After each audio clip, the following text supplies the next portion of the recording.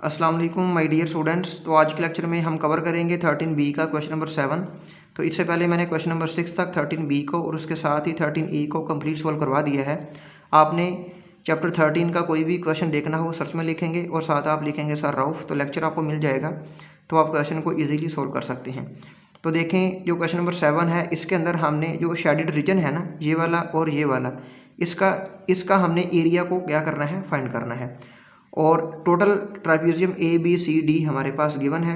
अगर हम गौर करें तो ये हमारे पास एक ट्रायंगल बन रही है। तो सबसे पहले हम क्या करेंगे, ट्रापेजियम का जो टोटल एरिया है हम उसको फाइंड करेंगे और उसमें से जो ट्रायंगल का एरिया होगा उसको माइनस कर देंगे, तो हमारे पास जो शेडेड रीजन है इसका एरिया हमारे पास आ जाएगा। ठीक है, तो ये A B C D trapezium है। सबसे पहले टोटल एरिया फाइंड करते हैं, उसमें से इसका जो एरिया आएगा उसको माइनस कर देंगे, तो जो बाकी बचेगा वो शेडेड रीजन का ही एरिया होगा। अभी मैं फार्मूला लिखता हूँ। ट्रापेजियम का टोटल एरिया को फाइंड करने का फार्मूला आप जानते ही हैं कि 1/2 इंटू ए प्लस बी एच होता है, और जो ट्राइंगल का एरिया फाइंड करने का फार्मूला होता है वो होता है 1/2 बी एच होता है।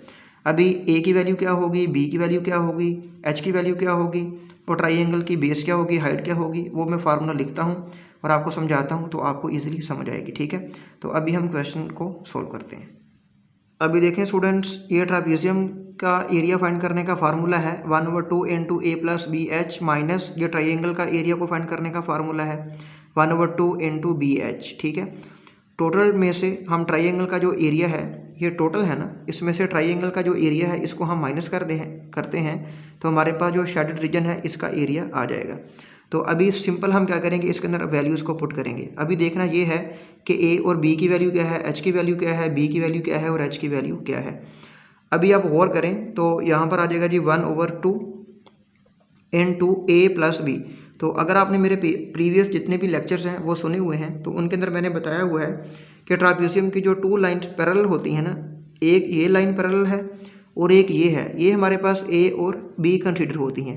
यानी जो 2 लाइन आपस में क्या होती हैं, पैरेलल होती हैं, वो 2 लाइन्स हमारे पास ए और बी की वैल्यूज़ होती हैं। तो ए की वैल्यू 10 है और बी की वैल्यू कितनी है, 14 है। तो यहाँ पर आ गया जी 10 प्लस 14 आ गया। ठीक हो गया। अभी ट्रापेजियम के अंदर जो लाइन 90 डिग्री का एंगल बनाती है वो हमारे पास हाइट होती है। अभी आप गौर करें तो ये जो लाइन है ये वाली बी ए या ए बी, ये ए डी पर 90 डिग्री का क्या बना रही है, एंगल बना रही है। तो इसका मतलब ये है कि ये हमारे पास क्या होगी, हाइट होगी ट्रापेजियम की। ठीक है, जो लाइन 90 डिग्री का एंगल बनाती है ना वो हमारे पास क्या होती है, हाइट होती है ट्रापेजियम के अंदर जो फार्मूला होता है। तो ए बी या बी ए की वैल्यू कितनी है, 12 है, तो ये हमारे पास हाइट होगी, कितनी होगी जी, 12 होगी। माइनस अभी हमने ट्राइंगल को देखना है कि इसके अंदर बेस और हाइट क्या है।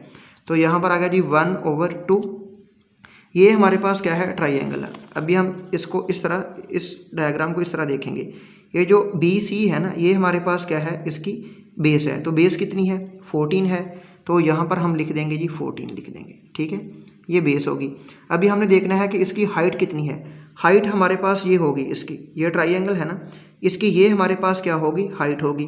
अब इसकी तो लेंथ हमारे पास नहीं है, ये 2 लाइंस आपस में क्या है, पैरेलल हैं। तो मतलब ये है कि जितनी ए बी की लेंथ होगी उतनी ही इसकी लेंथ होगी। ठीक है, आप गौर करें, ये 2 लाइंस आपस में क्या है, पैरेलल है ना, इनका जो डिस्टेंस है वो क्या होगा, इक्वल होगा।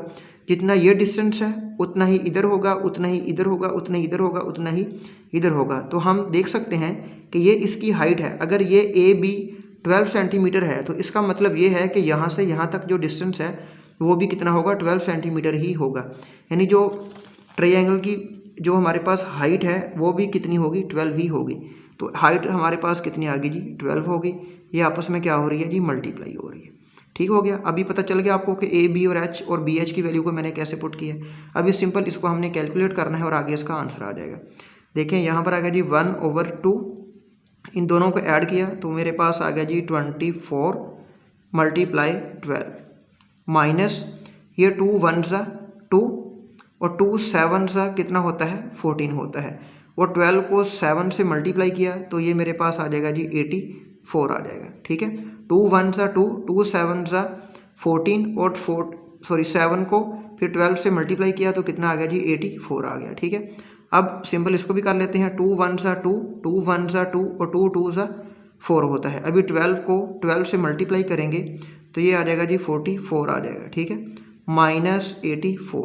अभी 144 में से -84 करें तो ये हमारे पास आ जाएगा जी 60 आ जाएगा, ठीक है, 60 सेंटीमीटर स्क्वायर आ जाएगा।